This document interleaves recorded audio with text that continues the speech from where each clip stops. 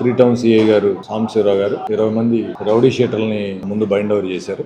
వారి పాత హిస్టరీ గమనిస్తారు. గతంలో చాలా కేసుల్లో 2009 నుంచి కూడా వివిధ రకాల కేసుల్లో ఉన్నట్టుగా గమనించాం. రికార్డు పూర్వకంగా మర్డర్ కేసుల్లో ఉన్నవాళ్ళు, ఈవిటీజింగ్ కి పాల్పడేవాళ్ళు, చిన్న పిల్లల మీద అఘాయిత్యాలు చేసేవాళ్ళు, అట్లాంటి హిస్టరీ ఉన్న వాళ్ళందరినీ మరి మన సిఐ గారు వారందరినీ క్యాచ్ చేశారు. వారందరినీ ఈ రోజు బైండ్ ఓవర్ చేశాం. సంఘ విద్రోహ శక్తులుగా చలామణి అయ్యే అవకాశమే లేదు తెనాలి. ఈ విషయంలో ప్రత్యేకంగా మన త్రీ టౌన్ సిఐ సాంబశివరావు గారిని అభినందిస్తా ఉన్నాను. ఈ రోజు మరి గత కొద్ది కాలంగా మన సిఐ గారు రౌడీ షీటర్లని వాళ్ళు ఇళ్ళకెళ్ళి కౌన్సిలింగ్ చేయడం, అట్లాగే ప్రతి వారం స్టేషన్ దగ్గర కౌన్సిలింగ్ చేయడం. మన చట్టం ఉద్దేశం ఏంటంటే ఎట్టి పరిస్థితుల్లో ప్రజలకు సర్వీస్ చేసేటప్పుడు అసాంఘిక శక్తులు చెలరేగి మరి ప్రజా జీవనానికి భంగం కలిగించడానికి అవకాశం లేదు, చేయకూడదు. శాంతి భద్రతలకు విఘాతం కలిగిస్తే వారు అట్లాగే ఎగ్జిక్యూటివ్ మ్యాజిస్ట్రేట్ గా మేము అవసరమైన తగిన చర్యలు తీసుకుంటాం ఎట్టి పరిస్థితుల్లో. గతంలో మీకు తెలిసే ఉంటుంది, మీడియా మిత్రుల ద్వారా ప్రజలందరికీ తెలుసు. తెనాల్లో ఒక రౌడీ షీటర్ బైండ్ ఓవర్ అయిన తర్వాత మళ్ళీ కనుక తప్పు చేశాడు. అతను చిటాంజయ స్వామి గుడి దగ్గర ఎవరో ఒక పిల్లవాడిని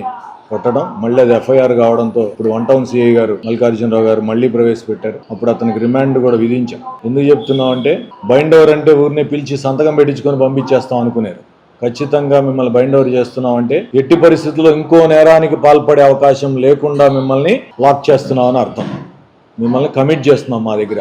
ఎట్టి పరిస్థితుల్లో నేరాలకు పాల్పడే అవకాశం లేదు. తెనాలిలో ఎవరైనా నేర ప్రవృత్తి కలిగి అట్లాగే ప్రజా జీవనానికి ప్రజలకి శాంతి భద్రతకు విఘాతం కలిగిస్తా ఉంటే పోలీస్ శాఖ వారి సహకారంతో ఖచ్చితంగా వారిపైన కఠిన చర్యలు తీసుకుంటాం. మరీ ఎక్కువగా క్రిమినల్ కేసుల్లో ఇన్వాల్వ్ అయ్యి ఒకటికి మించి ఎక్కువ కేసుల్లో ఇన్వాల్వ్ అయ్యి ఉండి వారి మీద నిరంతర నిఘా కొనసాగుతోంది అని చెప్పేసి సిఐ గారు ఇందాక నాతో మాటల సందర్భంలో చెప్పారు. ఎట్టి పరిస్థితుల్లో పోలీసు వారి నిఘా ఉంటుంది. ఎక్కడైనా ఇబ్బంది కలిగిస్తే అవసరమైతే వారి మీద పీడీ యాక్ట్ కూడా ప్రయోగించి జిల్లా కలెక్టర్ గారి నోటీసుకు తీసుకెళ్లి తెనాలిలో శాంతి భద్రతలు పరిరక్షిస్తామని మీ అందరికీ తెలియజేస్తాం.